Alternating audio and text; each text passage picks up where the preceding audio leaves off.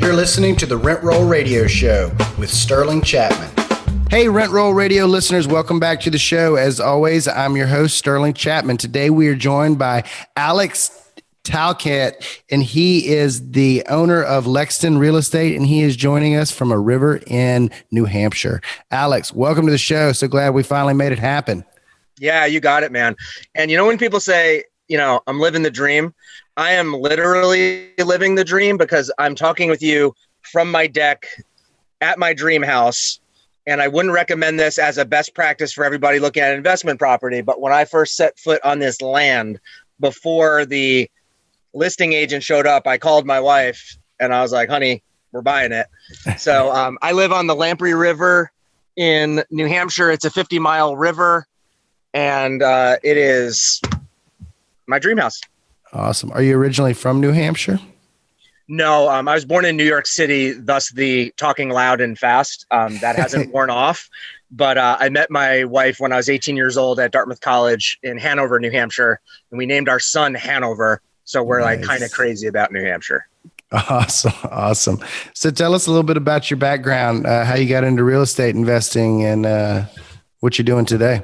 Yeah, absolutely. So when people ask what my first real estate experience was, sometimes I think to go back to third grade when a state legislator came to class and talked about an environmental bill that he was working to pass to clean up a local pond. And I was fascinated that a piece of paper could lead to something productive in the real world. So I legit was interested in the notion of land use when I was 8. My first direct experience with it was probably summer after my first year of law school, where one of the name partners at the firm I was clerking with had a real estate practice that involved municipalities. And so I saw the connection between zoning and local laws and what could or couldn't happen all that easily, all that expensively, all that well in different suburbs of Chicago. I didn't really get investing in real estate in earnest on purpose until summer of 2019. Oh, wow. So, what made the switch? What sparked you to finally jump in? Yeah. So, I continue to practice law. I work in financial planning, but looking at real estate as more than just an asset class came to fruition because of some investments that I made in professional development, where I saw real estate as a place where not only I could get the cash flow, not only would it be an alternative asset class, but I had the chops and the resources to make a full-fledged business out of it. So without predicting the imminent demise of the stock market, and it's a good thing that I didn't in 2019 because I've had a really great ride in the 2 years since then, we've been able to grow our team to the point where we have property in 10 states, and we got a team of 27 working on analyzing deals and doing good asset management. Well, it's a pretty fast ramp up, pretty rapid infrastructure build out. So tell us more. What kind of properties do you own? What do all those people that work for you do?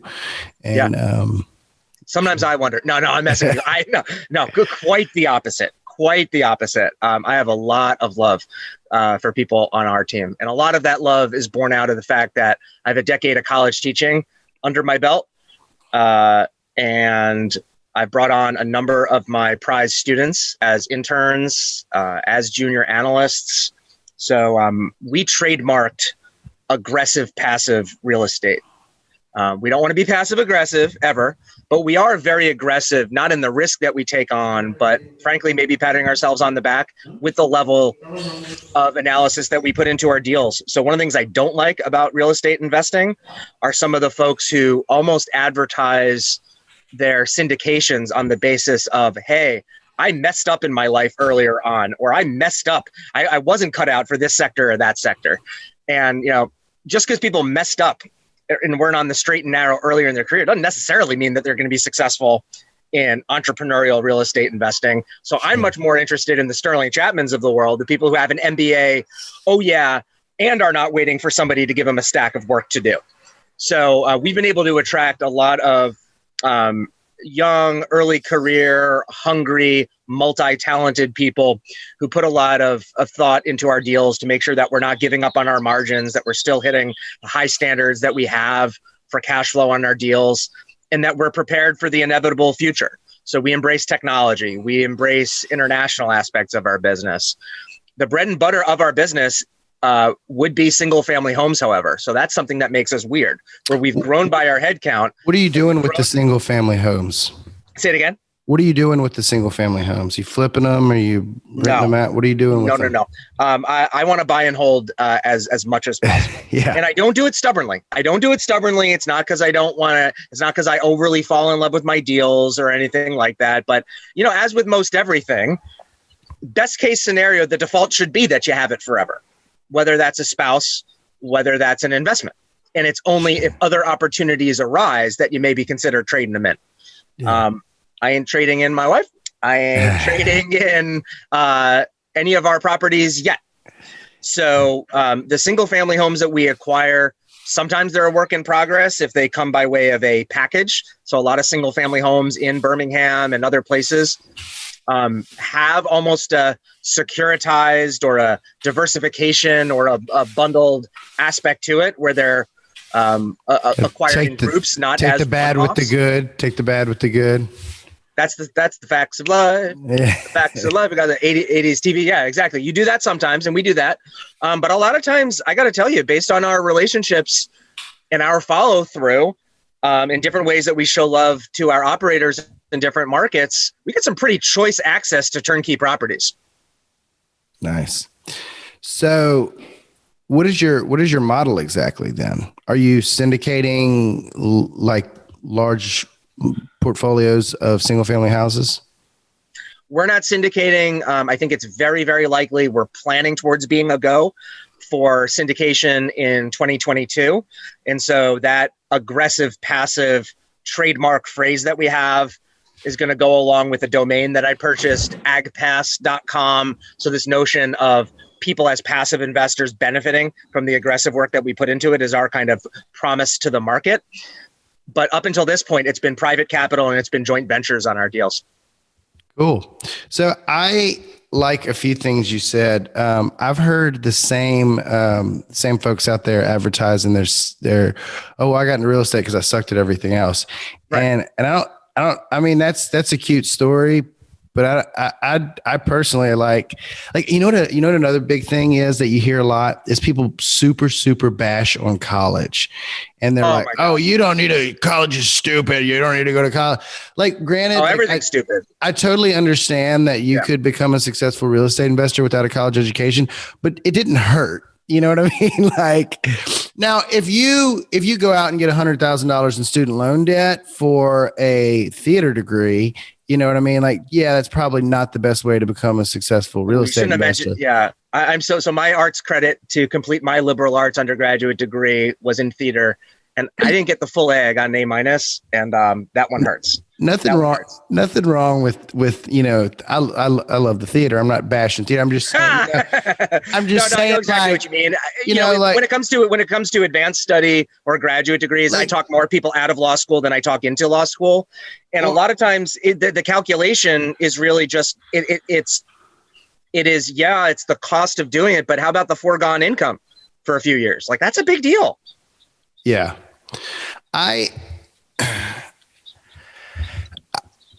Another thing I like what you said is that you have a lot of interns working for you. I've been really interested in tapping into our local college market to have I would love to talk with you about how I've gone about doing that. It's something I take a lot of pride in. How did you go about doing that? Yeah. So it's interesting as a teacher, because you would think that, one of the cool things that you could do as an adjunct who's like a local business owner is, from time to time you can scout the best. That really didn't work out for me for a number of years. It's only up until very, very recently that has manifested. I mean, I guess part of that is because I built out other aspects of my team where I usually am sort of the absent-minded professor. I like to fill the top of funnel with a lot of different ideas and initiatives, and I don't have time to research them all myself. And I have occurred that not everybody's head is as busy as a place as my head. So my wife doesn't like it when I play a lot of my crazy, like John Coltrane jazz and everything. And I tell her, honey, you think that's bad? Do you have any idea what's going on between these 2 ears? So I got lots of ideas. And it turns out, some people don't. Like, some people really want to be given something to like go for. And if you think about personal training or anything, like, a lot of people really thrive on being told, like, hey, go do this. And I think it'll be worthwhile if you do this. Hey, I think you can do that. I think that what you would have to say about that, like, I only ask people questions if I really care what they have to say about it. So I always tell them, it's like, take it as a compliment if I give you an assignment or I give you a project. So it's been the ability to invest in being really, really busy and not doing it all myself, that I'm able to delegate not just busy work, not clerical stuff, but to actually delegate some of the most interesting stuff that we might not be monetizing today or tomorrow. But this is a cool way to actually prepare early career people to have studied up early career on things that they will be able to directly leverage and monetize in the not too distant future. And I'm sure you're finding that some of them do it better than you would. That's the case with myself. Absolutely. Think of these young tech guys that are they live on the internet. Like, they could Carl, go. Yeah, let me give a shout out right now. Here, so Carl, if and when you're listening, I'm thinking about you right now, because I just gave a shout out to you, to my co-leading partner, Dan Barley, and associate Matt Matulis, for how good you are at just pulling that tax card, making sense of it, and telling us what has or hasn't been done, what can or can't be done based on local zoning on a property that we're continuing. I know how to do that, but I avoid doing that. And Carl Blackstone's, he's an affiliate analyst on our team. Those are the tasks that he runs towards as somebody who's a former municipal assessor. So I love finding people and tasks for people that are the things that they almost can't help but do. It really doesn't feel like work. And there are a lot of things that I do that doesn't feel like work to me, but would be excruciating to other people. Even having this conversation, and you're a great guy, Sterling. For some other people, this kind of extroverted public conversation would be really nerve-wracking, but I was looking forward to, and I'm enjoying our talk now. So some of the stuff that I've done otherwise in terms of just finding people locally and through the university that I teach at, is also when I travel, I always call on different faculty and administrators at other universities. So I had a great visit at Washington University, St. Louis, where they do a great job as an incubator for entrepreneurial programs, where they feel so strongly about the consulting prowess of their students that local businesses pay. It's not like, hey, local businesses, can you come up with a project for our students? No, straight face, they flip it at WashU. And they say, our students are so good, you pay to get them do a project for you. That's a strong move. And I learned that. And I thought that was really awesome. There's a professor at Florida State University. I really admire what he does in terms of real world business law education for his students, not just talking about like appellate decisions, which is a lot of what like law school is. He introduces like real contracts and real negotiations to his undergraduate and graduate students at Florida State. He was sharing publicly on Twitter some of his best practices in business education. He's a Twitter friend who became a real world friend. And guess what? He brought another professor along. We had a great long couple iced coffees at Florida State when I was rolling through there. When I was just in North Carolina, I was in Raleigh-Durham. I went to 5 universities while I was in town, met with administrators working on partnering with them as they launch new concentrations. So we're in a position to help teach, to help mentor. We love partnering with universities. The next university that I'm hoping to get in really good with is White Mountains Community College up in northern New Hampshire, because we don't only find good deals in the South, where you're from, and from the Midwest, where there are a lot of good recession-resistant deals, but we're all the way up on the Canadian border. So we're showing love for some community colleges way the heck north. So you mentioned markets. What is your criteria? What do you look for in these single-family houses? Yeah, I'm trying to think what my friend Logan Freeman called it on LinkedIn yesterday. I was just texting with him this morning. Mr. Kansas City, Chief Kansas City, and he calls himself a professional opportunist. That's it.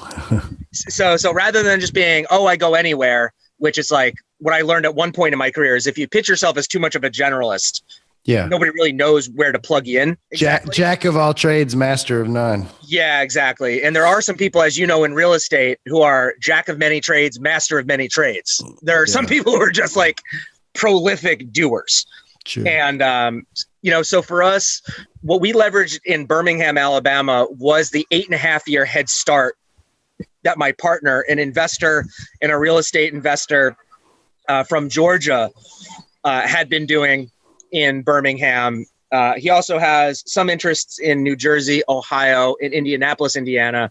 But straight up, I told him that for the sake of your own personal finances and your personal economy, you're in really, really heavy on Birmingham. That didn't stop us from investing more there, but we did expand to other states. We love places where you can still run the fundamentals. And even we're speaking today on June 3rd, 2021, in what is a hot seller's market just about nationally, right? Sure. Seller's market, low inventory, you're hearing that almost everywhere. The last deal that we went under contract on was a single family home in a state capital in the South where, forget 1% rule, it's a 1.5% rule deal. So that's that's a good base hit to base hit and start cheating towards second base kind of a deal that some people say that you can't get. Oh yeah. And that was on the MLS. So part of our unfair advantage on that deal is somebody who's willing to take the lead and go get conventionally financed on it. The fact that we have a local realtor there, the fact that we don't have the analysis paralysis, we can do our math fast. We have mutual trust. We've gone in on deals together before. So being able to scoop up those one-off houses here and there, it's pretty neat. Yeah, absolutely. So you said somebody was able to go take the initiative and get traditional financing on that. How does that work exactly? Was it one of your employees? I mean, I'm just trying to figure out the overall structure and kind of how the whole team is connected. Yeah. So in terms of the build out of the team and the different participation that we have in deals, we have a compensation structure that we call project options. So some people, when they go to get a W-2 job somewhere, maybe they get stock options. And in my experience as a financial advisor, I actually saw that people would be too flattered by their stock options. And so if you had a pretty good job, in Greater Boston, Cambridge, Mass, you got stock options, you take them up on it. And if you look at your overall portfolio, it's like, man, you're in heavy on the, your diversification situation isn't so good. You're over-invested in your employer. Like you're invested in them on the level that you work for them. And then look at the pie chart of how much you got invested in there because you took advantage of all those stock options. That's not always a great idea. So I had this idea of project options, project equity options, project debt options, that once people work with us and they get to a level where a project option committee votes them in, we have them in on equal terms with the company ownership, which is Dan Barley and myself, on deals. So once they've contributed enough, once we feel comfortable with their contributions, their scoping out of deals in various areas of inquiry, we invite them in on deals with us. And so sometimes we're taking leads in different ways on various projects. And so that's a cool way to get people in. I don't like the phrase like investor club, where it's like either a couple old guys who have like tons of disposable income and they're kind of gambling effectively and just having something to talk about over their Dunkin' Donuts coffee. But I also don't like investor clubs that are just email newsletters where it's like, hey, anyone can be in the deal. Anyone's in the club. There's a saying, I don't want to be a member of any club that would have me as a member. I think that's Groucho Marx. So I wanted to build a true project option that is just that, an option. It's people can come into deals. They don't have to. They can come in on deals that maybe they didn't even play a role in researching, because I don't want to create some sort of bias for people to gush on a project that we give them thinking like, oh, this is my entree to a deal if I say great things about it. It's like, no, sometimes our analysts help us get to a no, and then they're invited in on the deals where we're a definite yes or a probable yes if enough people decide to come together. So that's something we really, really like to make available to that tier of people who are project option eligible. And so far, we've found that, if somebody has a college degree Maybe they've interned with us for a period of time. Maybe they're putting in a solid 10 to 20 hours a week part-time on top of a day job. They're probably in a position in about 6 months for us to feel comfortable having them in as joint ventures with us on something. And then depending on where we are, we'll take leads in different ways. And I'm in more of a position, I do a lot of traveling. About half of my time is on the road, where Dan is more hunkered down. His background, he does real estate litigation, but he also does real estate closings. So he's so good at, pushing paper through the process and staying on top of that stuff. So different folks on our team make very, very different contributions, but then ultimately we're able to go in on the same deals on the same terms. Awesome. So what does the future look like for you guys? Yeah, I think that we're going to continue to place bets on human capital, which is very contrary to other companies. By that measure, we're one of the fastest growing real estate private equity companies in the country, which isn't very difficult to accomplish because so many people stay so small. There's a lot of abundance mentality and scalability talk in real estate, but not a lot of honest bets on the ability of other humans to be as smart or capable as we are. So I see a lot of partnerships and a lot of companies max out really small. There's this huge missing middle in real estate private equity that I expect that we will occupy. And speaking of occupy, I have a t-shirt that says Occupy Mars because when I saw Elon Musk wearing it, first time he was holding his baby, I went out and got it. And in all seriousness, I would be surprised if we don't own some amount of real estate on other planets by the time that my children and my students take over the company. And so somewhere in between, it's at least having property in Canada and a few other places. So I think we're going to embrace humans. We're going to embrace technology. We're going to embrace the planet and others. Awesome. So I want to hop to our radio round real quick, just to let our listeners get to know you a little bit better. First question is, what's your favorite book? Favorite book I ever read, other than the Federalist Papers as a collection, best true book is Confessions by St. Augustine. So the fact that you have somebody who's a saint who still gives himself a pretty hard time from time to time tells us that, we all have to avoid some of that stinking thinking. And some people say, hey, I ain't a saint. Well, even saints have a struggle. Absolutely. What's your favorite quote? Far better it is to dare mighty things, win glorious triumphs, than to take rank with those poor spirits who neither enjoy nor suffer much, because they live in the gray twilight that knows not victory nor defeat. Nice. Teddy Roosevelt. Nice. So I tried to give you, just for our listeners, I tried to give you a heads up of these questions and you didn't want them. So you didn't read that off a cue card. You knew that off the top of your head. Yeah. What's your favorite thing to do outside of work? My favorite thing to do outside of work.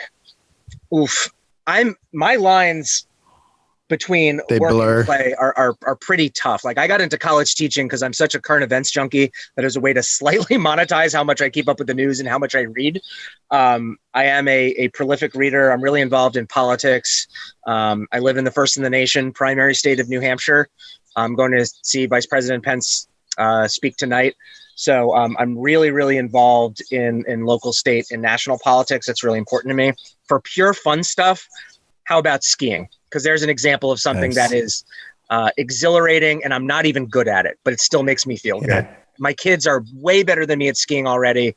And last ski season, my twins were 5 and the baby was 3. Awesome. So how can our listeners find out more about you, learn more about your program, or maybe come try to be an intern for you? Yeah, we got 4 this summer. We have 3 of 6 hired for the fall, and we're going to be hiring 7 in the spring. Best way to get plugged into that program would be to email Abby Salter on our team. Her email is as in Abby Salter .lexdanre, as.lexdanre as in real estate @gmail.com. Dan Hanford would kill me if he knew that I was still using ghetto Gmail domains and nothing fancier than that, but yeah, that's what I'm doing. So that's how you get a hold of Abby, and her title is Affiliate Legal Analyst and Human Capital Management. She's the gatekeeper. She's the bad gal. Sometimes has to say no or not yet to people, but she is the point of entree for those really junior level opportunities with us. And the best way to see a tease of what and where we're up to is to check us out on Instagram at Lexdan RE. And for now, that URL, agpass.com, will redirect right to our Instagram feed. Awesome. Alex, thank you so much for joining us. I really appreciate it. Definitely want to follow up offline with you on a few more other things, and look forward to keeping up with you on your journey, man. Laissez les bon temps rouler. Awesome. Take it easy. Thanks for tuning in to the Rent Roll Radio Show, brought to you by Crestworth Capital. We hope you enjoyed the show, and if you did, please hit the subscribe button and leave us a rating and review. You can also visit us at crestworthcapital.com or rentrollradio.com, or follow us on Facebook at Rent Roll Radio or at Crestworth Capital. If you would like to reach us, feel free to shoot us an email at info@rentrollradio.com or sterling@crestworthcapital.com. We hope you come back next week to join us on some more of our journey. Until then, happy investing.